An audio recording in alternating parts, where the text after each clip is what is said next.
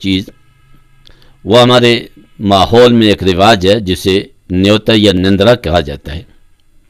دیکھیں ایک چیز ذہن میں رہنے کی ہے کہ شادی کے موقع پر کھانا کھلانا یہ ایک سنت عمل ہے جسے ولیمہ کہا جاتا ہے۔ یہ ہم ہوٹلوں پہ جا کر کھانا نہیں کہا رہے، بلکہ ایک سنت کی ادائیگی کے موقع پر ایک اعزازی دعوت کا کھانا ہے جو مسنون ولیمہ کہلاتا ہے۔ اس حوالے سے جو پیسے لینے دینے کا رواج ہے یہ شرعاً ناجائز اور حرام ہے، اور وجہ بھی اس کی سمجھنے کی ہے۔ وجہ اس کی ہے کہ ایک آدمی، اس کے 4 بیٹے ہیں، 4 بیٹیاں ہیں، دوسرا آدمی اس کا 1 بیٹا ہے، 1 بیٹی ہے۔ اب یہ 1 بیٹا اور بیٹی والا اس 4 بیٹے اور بیٹیوں والوں کو 8 موقع پر کھانے کے پیسے دے گا، اور عام طور پر بدلے میں جو دیا جاتا ہے وہ پہلے سے زیادہ دیا جاتا ہے۔ اب ظاہر ہے کہ اس طرف 1 بیٹا اور 1 بیٹی ہے، اور ادھر 4 بیٹے اور 4 بیٹی ہیں، تو 4 بیٹیوں والے نے دیا تو 2 موقعوں پر 1000 مثال فرض کر لیں 2000 روپیہ دیا، لیکن لیا 8000 روپیہ، چونکہ ہر بیٹی اور بیٹے کے موقع پر اس نے 1000 وصول کیا، تو دیا اس نے 2000، لیا اس نے 8000۔ تو جب رقم کا رقم کے ساتھ تبادلہ ہوگا اور کمی بیشی کے ساتھ ہوگا تو اسی کو سود کہا جاتا ہے۔ اس اعتبار سے بھی یہ بات ناجائز ہے، اور اخلاقی اعتبار سے بھی کہ ایک آدمی کسی کے گھر دعوت کے لیے جائے اور وہ دعوت کھلانے والا وہ رجسٹر لے کر بیٹھ جائے کہ بھائی پیسے ادا کر کے جاؤ، تو یہ وہ سنت کا جو ثواب اور جو اصل چیز ہے وہ بھی ختم ہو جاتی ہے۔ اب اس اعتبار سے کئی ساری ایسی اور خرابیاں بھی اس کے اندر پائی جاتی ہیں کہ ایک آدمی اس گنجائش ہی نہیں ہے اس کے پاس کہ وہ نیوتا ادا کرے، لیکن رسم و رواج کی بنیاد پر، اس رشتے و خاندان کی بنیاد پر مجبور بھی ہے، وہ قرض لے کر وہ ایسے مواقع پر وہ نیوتا ادا کرتا ہے۔ تو ظاہر ہے کہ اس سے بھی ایک آدمی جو مجبور ہے اس کی مجبوری سے ناجائز فائدہ اٹھایا جا رہا ہے، اور شریعت بھی کسی بھی آدمی کو کسی ایسے موقع پر مجبور نہیں کرتی۔ تو اس میں بھی کئی ساری ایسی خرابیاں ہیں۔ اس لیے جو برکت سنت عمل میں ہے، نبی کریم صلی اللہ علیہ وسلم نے صحابہ کو کھانا کھلایا لیکن کوئی پیسے تو نہیں لیے، تو سنت کا تقاضا یہ ہے کہ جس انداز کا کھانا شادی کے موقع پر نبی علیہ السلام نے کیا، ہم بھی امتی ہونے کی حیثیت سے وہی انداز اختیار کریں۔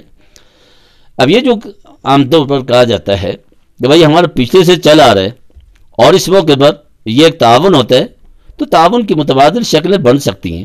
یہ اگر تعاون ہی ہے تو پھر لکھنے کا نظام ختم کر دیا جائے۔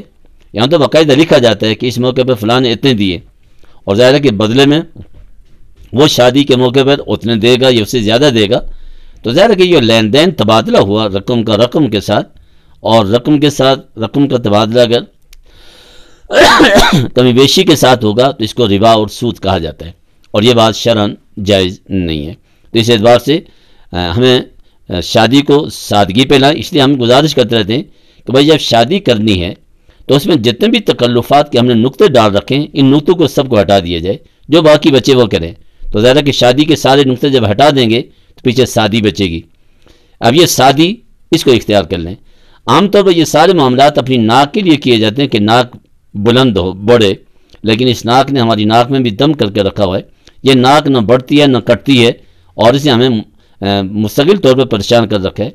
اور ایک بات اور بہت اچھی طرح ذہن میں رکھنے کی ہے سب کو، کہ ہم اللہ اور اس کے رسول کو راضی کرنے کے بجائے لوگوں کو اور برادری کو راضی کرنے کی فکر میں ہوتے ہیں کہ وہ خوش ہوں، وہ راضی ہوں۔ لیکن یہ بات طے ہے کہ اگر رب راضی تو سب راضی، لیکن اگر رب راضی نہیں تو سارے راضی ہو جائیں تب بھی مسئلہ نہیں بنے گا، اور عام طور پر سب راضی ہوتے بھی نہیں ہیں، نہ خوشی کے موقع پر اور نہ غمی کے موقع پر۔ میری تمام احباب سے گزارش ہوگی کہ خوشیاں ہوں یا غمیاں، ان خوشی و غمی میں ہمارے رسول صلی اللہ علیہ وسلم ہمارے لیے نمونہ ہیں۔ لوگوں کو نہ دیکھیں کہ لوگ کیا کہہ رہے ہیں، بلکہ یہ دیکھیں کہ اللہ کا رسول ہم سے کیا مطالبہ کر رہا ہے، اس کا طریقہ کیا ہے، اور اللہ خود ہم سے کیا چاہتے ہیں۔ سارا جہاں ناراض ہو پرواہ نہ چاہیے، مد نظر مرضی جانا نہ چاہیے، بس یہ دیکھ کر تو فیصلہ کیا کیا کرنا چاہیے کیا کیا نہ چاہیے۔ تو اگر ہم اللہ اس کے رسول کی مرضی پہ آ جائیں اور اس کے لیے کچھ خوش نصیب لوگ نمونہ بن جائیں تاکہ ان کو دیکھ کر دوسرے لوگ بھی اس طرف آگے بڑھیں۔ مہر کم سے کم رکھیں جس کی ادائیگی ہو سکتی ہے۔ 10 درہم سے کم تو مہر نہیں ہوتا۔ لا مہر اقل من 10 دراہم، 1 درہم 4.5 ماشے چاندی کا ہوتا ہے، تو 4.5 ماشے چاندی تقریباً 44 ماشے چاندی کی قیمت بنتی ہے، تو وہ 5، 7، 10 ہزار روپیہ بنتا ہے۔ تو کم سے کم اتنا ہونا چاہیے۔ زیادہ سے زیادہ مہر جس کی شوہر اور دلہا ادائیگی کی گنجائش رکھتا ہو، شریعت نے اس بات کو تسلیم کی ہے جو آسانی کے ساتھ اس کی ادائیگی ہو سکے۔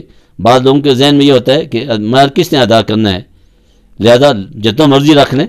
ظاہر ہے کہ اگر یہ سوچ ہوگی تو اس حوالے سے تو مفتی صاحبان تو کچھ اور جملہ کہتے ہیں کہ شاید یہ زندگی ہی جائز نہ ہو، اس لیے کہ نیت ہی خراب ہے۔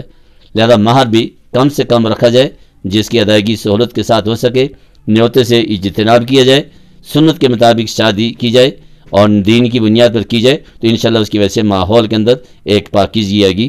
اللہ ہمیں اس نکاح کی وجہ سے ایک پاکیزہ معاشرہ نصیب فرمائے۔ السلام علیکم ورحمۃ اللہ۔